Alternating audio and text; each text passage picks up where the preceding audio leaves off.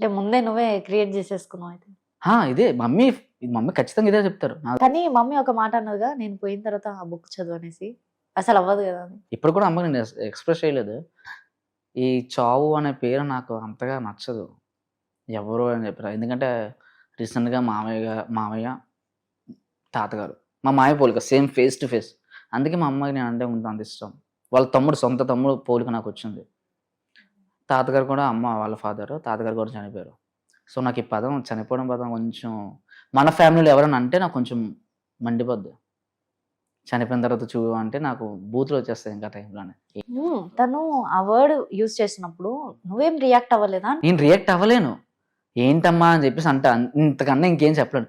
ఒక చూపు చూస్తా 2 మినిట్స్. ఏంటమ్మా ఇదే మాటలు అని చెప్పేసి అంతే. ఇప్పటికీ ఆవిడ సఫర్ అవుతుంది. సమ్ లెగ్స్ పెయిన్ తోటి. నర్వస్ ప్రాబ్లమ్స్ ఏమో అదే న్యూరాలజీ ప్రాబ్లమ్స్ ఏమో అనుకుంటున్నాను. సరే చూడాలి. ఓకే. మా అమ్మకి ఫ్రెండ్స్ అంటే అంతగా ఇష్టం ఉండరు. అంటే నమ్మదు.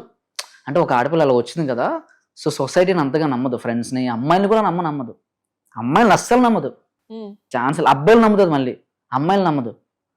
సో, నా ఫ్రెండ్స్ లిస్ట్‌లో ఎక్కువ నేను తిరిగే బ్యాచ్‌లో 5-6 మెంబర్స్ ఉంటారు.